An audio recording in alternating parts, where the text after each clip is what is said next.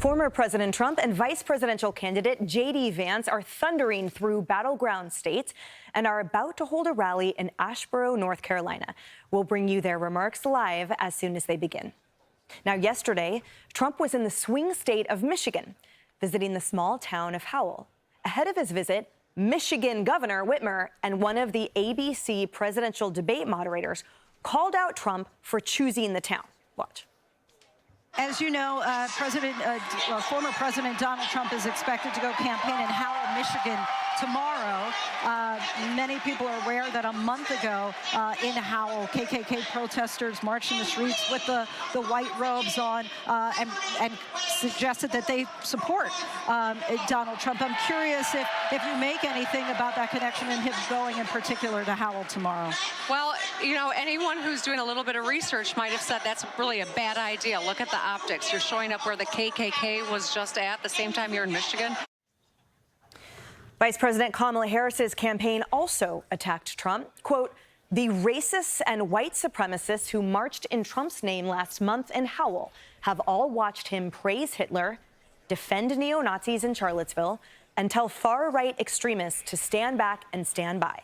Trump's actions have encouraged them, and Michiganders can expect more of the same when he comes to town next week.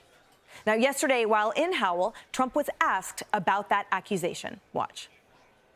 Mr. President, can you just respond to Kamala Harris's campaign attacking you for being in this town because they say there were white supremacists here a month ago? The town condemned it. The town condemned it. Do you? Who was here in 2021? Joe Biden. Thank you. Thank you. Here's Biden in Howell, Michigan on October 5th, 2021. Hello, Michigan. It's good to be back. It really is. Kaylee, guess it was fine then, not fine now. Emily, this makes me want to pull my hair out. I am reading in this Metro Times that it wasn't just Powell that apparently was chosen because of links to white supremacy. No. It was also York, Pennsylvania. It was Asheboro, North Carolina. It was Glendale, Arizona. Apparently, we are to believe that the Trump campaign just sat down and said, let's go and map out where white supremacy is, and let's go there. They tried this in 2016 when I was on the 2020 when I was on the campaign. It doesn't work. This is what you reach for when you don't want to talk about the jobs we just spoke about last segment. Oh. This is the libelous, defamatory, old and tired playbook. Rip it up, Dems. Not going to work. Kellyanne, Glendale, Arizona, to Kaylee's point, that's where the Cardinals play. Okay, so the Cardinals are racist too? This is so tired, and the optics are so opaque. There's no question. And Gretchen Whitmer, every time she speaks, I really hope she runs in 2028. She's just so unimpressive in reality, not on paper. This is for your state, lady. You're the governor of Michigan, and you're talking about optics instead of an opportunity to make things right, not on a movie set at the DNC. Look, Kaylee's right. This has been tried again and again. It's tired.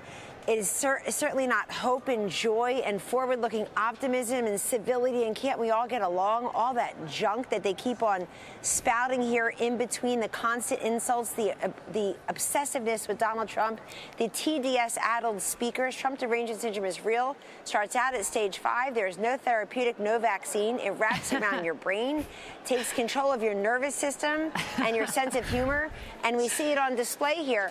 But I'm so glad that President Trump, answered her question by having the reporter answer. By the way, the reporter is disingenuous to not have mentioned first that as president, Biden was there in October 2021. He thinks just having a bulldozer behind him makes it all better.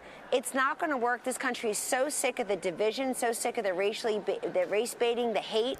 And to paraphrase Michelle Obama, when they go low, they end up in the gutter. Right, and Aisha Hasmi asked that question knowing that.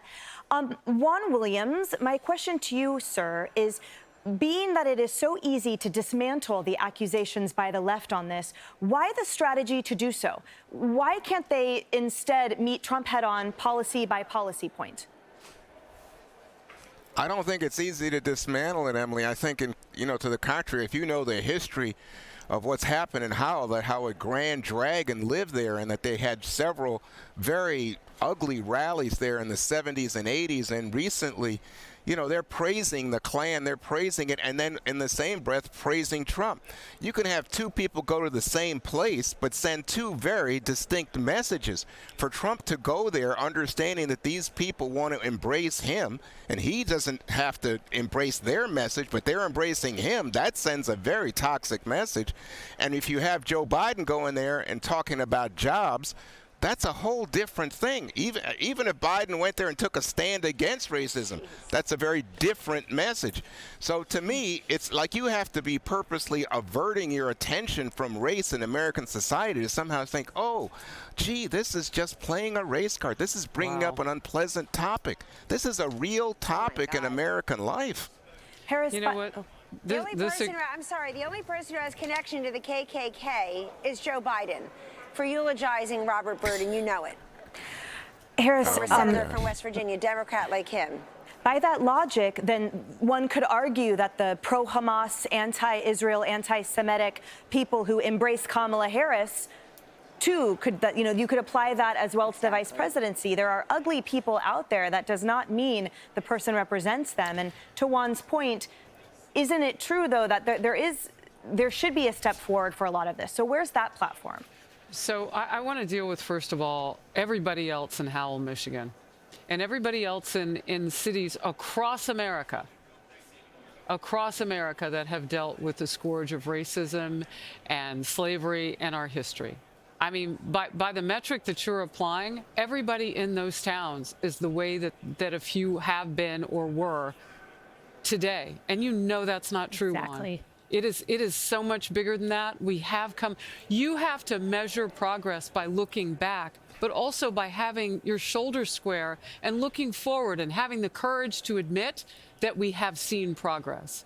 It is disingenuous and cruel to label an entire city a place that you cannot visit as a presidential candidate because of a past. If you apply that metric, no one had better ever stay in the Lincoln bedroom in the White House. Because we know that we've had presidents who owned slaves. Come on, we know of a little bedroom off the side, a little area off the side where women were kept. How deep do we want to go with this? Let's stick with today. Let's make every corner of America worth going and talking with Americans, no matter what their municipality's past was, talking to everybody all over the country. And you know what? Kamala Harris should go there next. Let's make it a free-for-all that we're in this together. Amen. When I just want to give you an opportunity. Well, I think we are in this all together, but I mean, we also are in a reality where Charlottesville took place. And you have to deal with it, and you have to deal with the racial overtones of a place like Howell. Look, I don't want to get too deep into this, but there's some unfriendly people who look like us to us. Come on, and you know that. And have you been outside in the streets here in Chicago? There's a lot of hate for Jews and everybody else out there. And it can be dangerous when that heat also comes with sledgehammers and everything else. But it doesn't mean that the entire city of Chicago shouldn't be visited by a presidential candidate. Yours is here. Well, she was until she left because the Obamas were on the stage. Hey, everyone. I'm Emily Campagno. Catch me and my co-hosts Harris Faulkner and Kaylee McEnany on Outnumbered every weekday at 12 p.m. Eastern, or set your DVR. Also, don't forget to subscribe to the Fox News YouTube page for daily highlights.